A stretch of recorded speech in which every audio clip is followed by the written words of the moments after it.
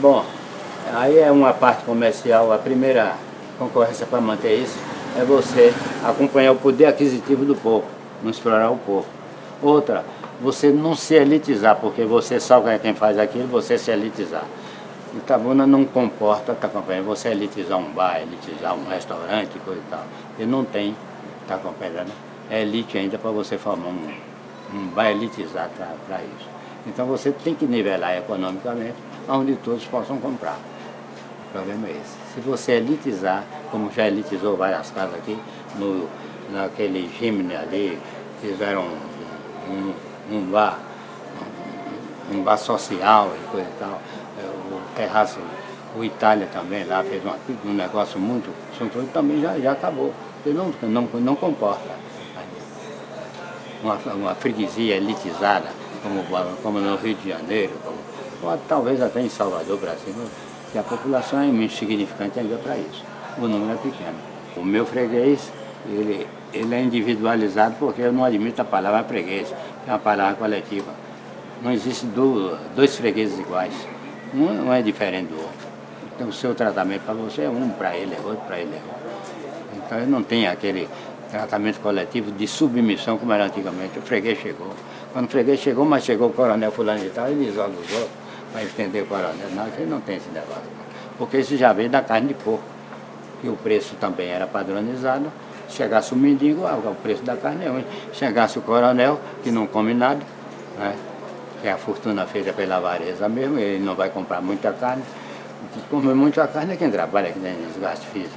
Então eu preferi o pequeno que quer comprar muito. Muitos nos perguntam o que nos motivou a escrever o que escrevemos em torno de Caboclo Alencar e o ABC da Noite. Na realidade, tínhamos, num primeiro instante, o ABC da Noite como um lugar qualquer que há em qualquer parte do mundo. Em qualquer lugar você encontra um lugar que é referência. E assim eu imaginava o ABC da Noite como um local e apenas um vendeiro, alguém que servia alguém, um comerciante como outro qualquer. Mas o que nos motivava até ali descobrir alguma coisa e escrever era a dimensão anedótico-alencarina, diríamos assim. E o que é que isso representa? Passamos a observar que Alencar diz em torno de um mesmo objeto de formas diferentes. A circunstância faz Alencar expressar. Então Alencar tem uma criatividade rara, ele tem uma capacidade de perceber a realidade imediata e traduzir com palavras distintas em torno, como acabamos de dizer, de um mesmo objeto. Ora, e o que é que faz Alencar diferente de outro comerciante do mesmo ramo? É que Alencar ficou famoso pelo anedótico. Então, imaginamos, depois que percebemos essa forma especial de Alencar traduzir para o risível os fatos que lhe estão a rodear, pensávamos registrar pura e simplesmente esse anedótico. Ocorre que não quisemos, diante das peculiaridades do expressar alencarino, não quisemos apenas registrar o que ouvíamos por terceiros, porque Alencar tem uma capacidade de dizer que só ele consegue dizer. Tanto que nós registramos na obra que escrever o que Alencar diz não é algo simples, porque é preciso que se consiga aproximar, porque a perfeição não se alcança, daquela forma de ele dizer. Eu não tenho como registrar a entonação alencarina. Daí porque nós registramos em texto que o ideal seria que lêssemos ouvindo, não porque tivéssemos a impossibilidade da leitura, mas para perceber que a entonação faz variar a compreensão do texto expressado. Então, descobrimos a partir daí que o Alencar era alguém e algo muito mais profundo do que um simples contador de anedota. Nesse sentido, era alguém que se aproximaria diante da sua verve de um barão de Tararé. Então, um homem inteligentíssimo, um homem muito bem informado e que fazia e faz da realidade um centro, um objeto do riso. Muitas vezes, muitos riem do anedótico e não compreendem o que está por trás da serra do anedótico. Uma crítica social profunda, uma crítica política. Nesse sentido, nós que imaginávamos escrever, registrar o anedótico por suas características, tivemos que trabalhar uma primeira parte da obra, onde descrevemos em torno do mito, da localização, a descrição do local em si, e todos os desdobramentos que ocorreram, a razão do apelido, e tudo isso está quando o leitor, alcançando o ABC do Caboclo, ele verá esses detalhes que para nós tem mais importância e muito mais importância do que o anedótico que é buscado registrar. Porque tivemos que trabalhar numa dimensão semiótica, numa dimensão fenomenológica, numa dimensão sociológica, etc. E essas coisas que um analfabeto de pai e mãe, como a Santa Casa aqui, não poderia ir mais do que isso. Nesse sentido, o Alencar, o que encontramos foi um homem que precisa Itabuna conhecer melhor, precisa quem registra em Itabuna registrar mais. O trabalho que a TVI ora faz é um trabalho de suma importância, é um registro de suma importância, porque guardará para a posteridade algo que a posteridade desconhecerá além do mito, se não conhecer o que ora está sendo feito. Então tivemos que aprofundar o trabalho e redundou no livro por nós editado, através da Bia Literária, e ficamos particularmente muito gratos por termos tido a oportunidade de descobrir Alencar Pereira da Silveira, o Caboclo Alencar, apenas numa de suas facetas. Porque se alguém quiser escrever sobre Alencar, tem que quase se tornar esposa, não sexualmente, mas viver 24 horas por dia com Alencar Pereira. Não, se embriagar, o horário eu fecho ele. A gente fecha, bota ele para fora. Como é que vai dar conforto a embriagado? Mas eventualmente, se ele vir no meu horário de eu vender os outros, ele chegou embriagado, eu fecho a casa na hora. Eu fecho. Não fica, eu vou trabalhar com tonto. Mas chegar embriagado não despacha. Eu já vejo de lá, eu digo, a máxima é essa, o galo onde canta, janta, né? Você embriagou lá, como é que vem curtir aqui? Não dá. A história do sino foi quando, no começo do ABC, então eu botei o sino para justamente, na hora de fechar, batia o sino, e aí fechava, né? Mas eu aí deixei, eu digo, agora vai fechar em silêncio, porque eles ficavam lá. Quando batia o sino, tumultuava. Eu digo, agora vai fechar sem sino. Outra também, uma história curiosa também está escrito o pagamento no ato da entrega.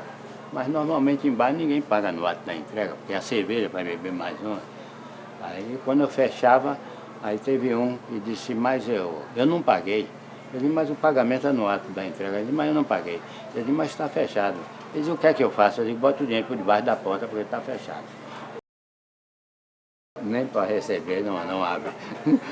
Aí ele comentou com o que estava bebendo, ele disse, eu nunca vi um homem desse na minha vida, isso não existe.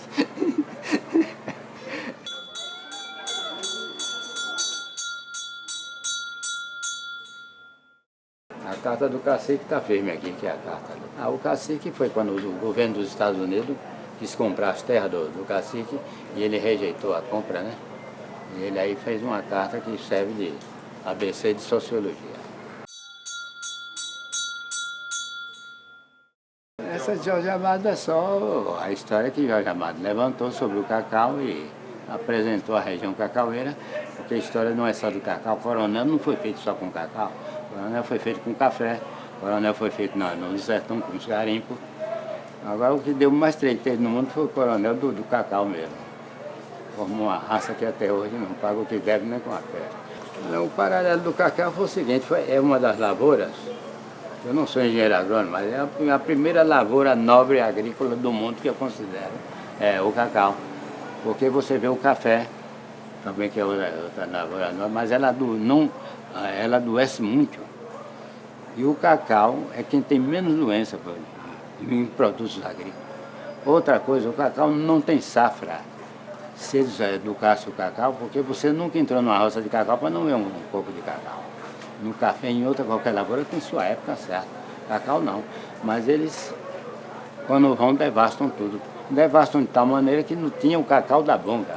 Ele não baixava para apanhar o cacau debaixo da samambaia, não. Só apanhava e colhia tudo. O cacau da bonga, o trabalhador lá conhece, chamava cacau de bonga, que ficava no chão, que ele não apanhava. Quer dizer, criou uma inércia, uma preguiça. Houve um cacau que era o cacau do Jupará. Ele era tão preguiçoso que o Jupará comia o cacau, acabando agavalhando, nasceu o pé de cacau, ele ia colher o cacau, ele colheu o cacau do Jupará, que o Jupará plantou cagando o cacau.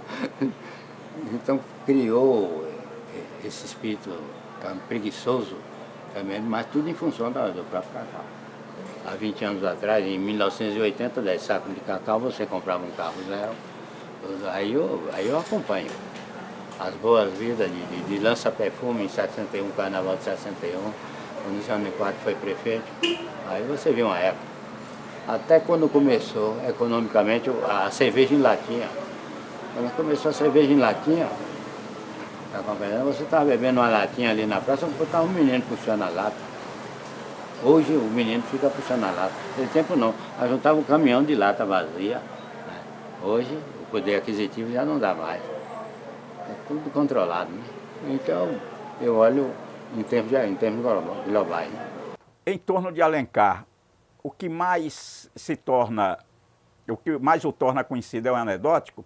Nós fizemos registrar e vamos destacar apenas alguns detalhes aqui deste anedótico em dimensão mais de poucas palavras.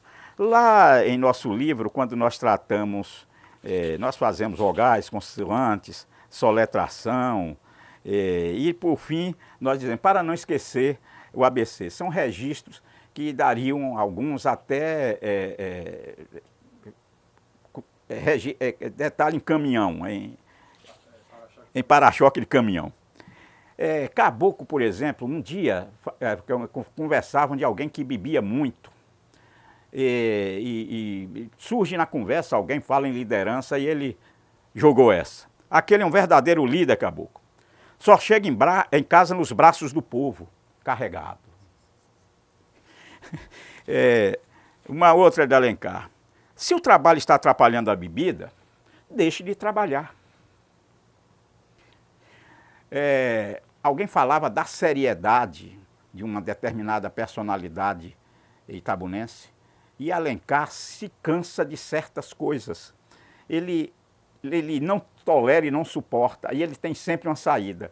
E acho que alguns defeitos que não estavam sendo mostrados neste mito itabunense fez Alencar sair com esse.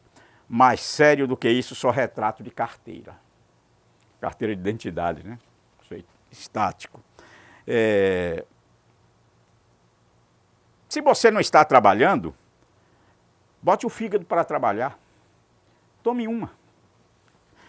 Então, Alencar Pereira, um dia abordávamos todos, intelectuais, etc. E Alencar tem uma profunda crítica ao Brasil, em que pese ser um nacionalista ferrenho. E dessa crítica, e Alencar tem profunda razão nesse sentido, porque o Brasil não consegue desenvolver a valorização do que lhe é interessante, do que deveria ser valorizado. Alencar me saiu com essa. O Brasil não tem filósofos ou pensadores. Daí porque inventou o bicho de 7 cabeças. Então, essa terra onde se confunde muita coisa, é o bicho de 7 cabeças, tem um simbolismo profundo de Alencar. Alguém um dia dizia, para encerrar esta aqui, falávamos das dificuldades, da criação dos filhos nos dias de hoje, e filho, aí alguém lá me sai com uma, cada um carrega a sua cruz. Caboclo Alencar veio com essa. Depois que inventaram o isopor, ficou mais fácil cada um carregar a sua cruz, né, Caboclo? E aí tem a famosa, que o público aqui, me perdoe se eu agredir, que Alencar não suporta esses intelectuais que eu denomino de intelectual de almanaque, aquele que lê alguma coisinha e começa a sair citando. E um dia, resolveu se arvorar, e Alencar conhece todos os que lá chegam. Ele sabe respeitar os que têm o domínio da informação, etc. E este chegou com a história, a sociedade, porque esse caminho. Mas o homem é produto do meio, Alencar Pereira. Das pernas, Caboclo.